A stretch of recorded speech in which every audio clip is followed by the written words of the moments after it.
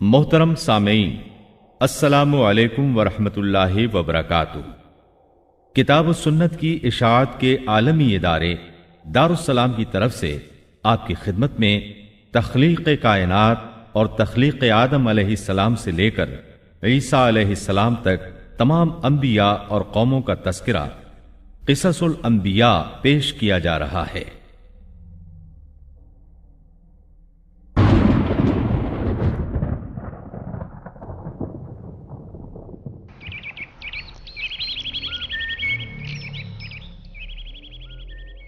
اللہ تعالیٰ فرماتے ہیں، اللہ خالق کل شیء وہو علی کل شیء وکیل۔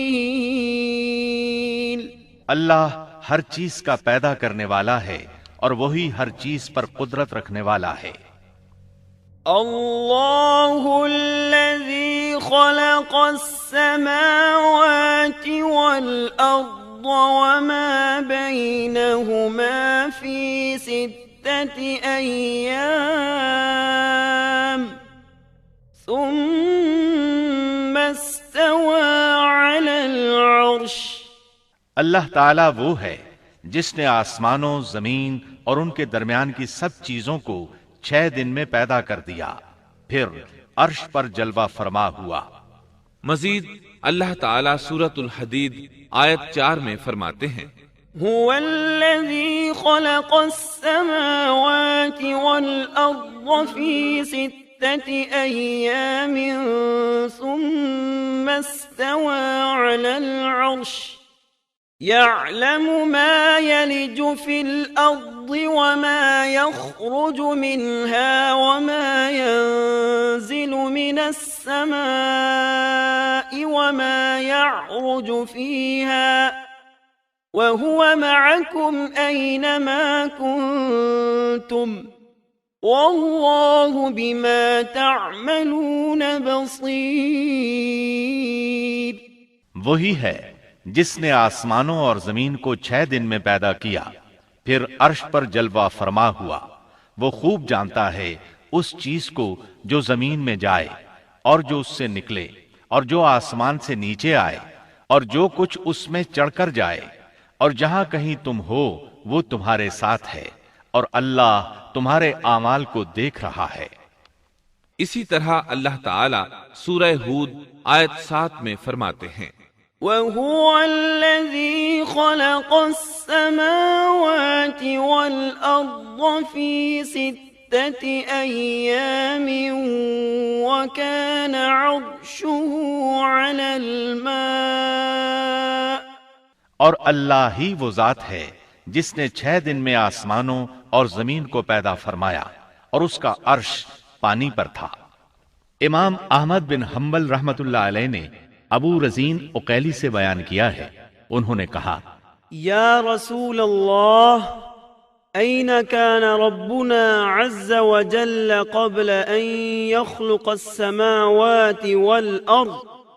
فقال صلى الله عليه وسلم، كان في عماء ما فوقه هواء وما تحته هواء ثم خلق عرشه على الماء۔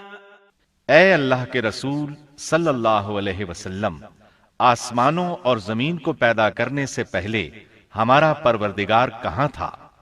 آپ نے فرمایا عما میں تھا، یعنی اللہ کے سوا کچھ بھی نہ تھا، نہ اس کے اوپر ہوا تھی اور نہ اس کے نیچے ہوا تھی، مطلب یہ کہ کچھ نہ تھا، پھر اس نے پانی پر اپنا عرش پیدا کیا۔ گویا یہ تھی مخلوق کی ابتدا۔ امام احمد، امام ترمذی، امام ابو داود اور بہت سے دوسرے محدثین رحمہم اللہ نے سیدنا عبادہ بن صامت رضی اللہ عنہ کی روایت بیان کی ہے۔ وہ کہتے ہیں، سمعت رسول اللہ صلی اللہ علیہ وسلم یقول، ان اول ما خلق اللہ تبارک وتعالی القلم ثم قال له اكتب، فجرى في تلك الساعة بما هو كائن إلى يوم القيامة میں نے رسول اکرم صلی اللہ علیہ وسلم کو فرماتے ہوئے سنا، آپ فرما رہے تھے، بلا شبہ اللہ نے سب سے پہلے قلم کو پیدا کیا، پھر اللہ نے اس کو حکم دیا لکھ، چنانچہ وہ اسی وقت چل پڑا اور قیامت کے دن تک ہونے والی ہر چیز لکھ دی۔ یہ اللہ تعالیٰ کا علم تھا جس کو قلم نے اس کے حکم کے مطابق لوح محفوظ پر لکھا۔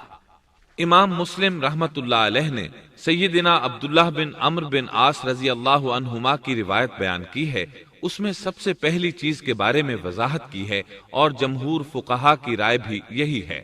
عبداللہ بن عمرو رضی اللہ عنہما بیان کرتے ہیں، سمعت رسول اللہ صلی اللہ علیہ وسلم يقول كتب الله مقادير الخلائق قبل أن يخلق السماوات والأرض ب50,000 سنة قال وعرشه على الماء۔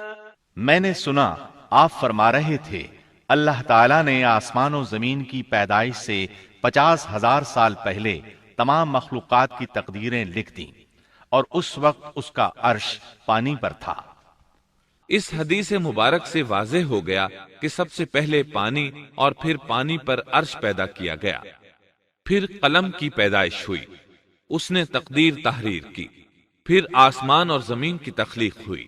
اور جس حدیث میں آیا ہے کہ ابتدا میں قلم کو پیدا کیا گیا، اس کا مطلب یہ ہے کہ اس جہان کی مخلوقات میں سب سے پہلے اس کا نمبر ہے، نہ کہ باقی تمام جہانوں کی مخلوقات میں پہلا نمبر ہے، اور اس کا تذکرہ بخاری شریف کی اس حدیث میں ہے۔ قال أهل اليمن لرسول الله صلى الله عليه وسلم جئناك لنتفقه في الدين وليسألك عن أول هذا الأمر ما كان قال كان الله ولم يكن شيء قبله وكان عرشه على الماء وكتب في الذكر كل شيء وخلق السماوات والأرض۔ یمن سے آئے ہوئے ایک وفد نے رسول اللہ صلی اللہ علیہ وسلم سے کہا، ہم آپ کے پاس دین کی سمجھ اور ابتدائے خلق کے بارے میں پوچھنے کے لیے آئے ہیں، یہ کہ سب سے پہلے کیا چیز تھی؟ آپ نے فرمایا اللہ تھا، اس سے پہلے کوئی چیز نہ تھی، اس کا عرش پانی پر تھا، پھر اس نے لوح محفوظ پر ہر چیز لکھ دی اور آسمان اور زمین کو پیدا کیا، یعنی ابتدا میں پانی پر عرش کی تخلیق ہوئی، پھر قلم کی پیدائش ہوئی، اس نے سب کچھ لکھ دیا۔ علماء کرام کا بیان ہے، قلم کے فوراً بعد لوح محفوظ کو پیدا کیا گیا، چنانچہ قلم نے لوح محفوظ میں ہر چیز لکھ دی۔ اس کے بعد کائنات کی باقی مخلوقات اور آسمان و زمین کی پیدائش معرض وجود میں آتی گئی۔ اشیاء کی پیدائش والی ترتیب میں علماء کرام کے کئی اقوال ہیں، اور ہم نے آپ کے سامنے جمہور علماء اور فقہا کی پسندیدہ اور راجح ترتیب پیش کی ہے۔ آسمان اور زمین کی مخلوقات کی ترتیب کیا ہے، اس بارے میں امام مسلم رحمت اللہ علیہ نے سیدنا ابو ہریرہ رضی اللہ عنہ کی روایت پیش کی ہے۔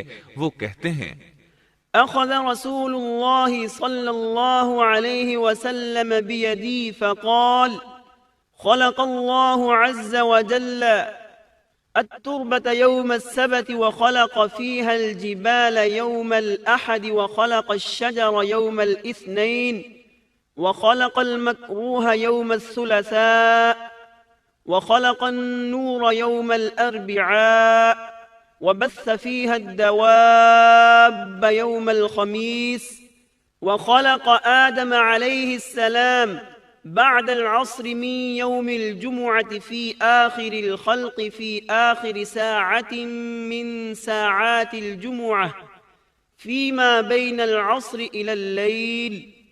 نبی اکرم صلی اللہ علیہ وسلم نے میرا ہاتھ پکڑا اور فرمایا، اللہ تعالیٰ نے ہفتے کے دن مٹی کو پیدا کیا، اتوار کے دن زمین میں پہاڑ، پیر کے دن درخت، منگل کے دن تکالیف، مصائب، جراثیم اور بیماریاں، بدھ کے دن نور کو، جمعرات کے دن زمین میں چوپایوں کو پھیلا دیا، اور تمام مخلوقات میں جمعے کے دن کی آخری گھڑیوں یعنی عصر سے رات کے درمیان میں آدم علیہ السلام کو پیدا کیا۔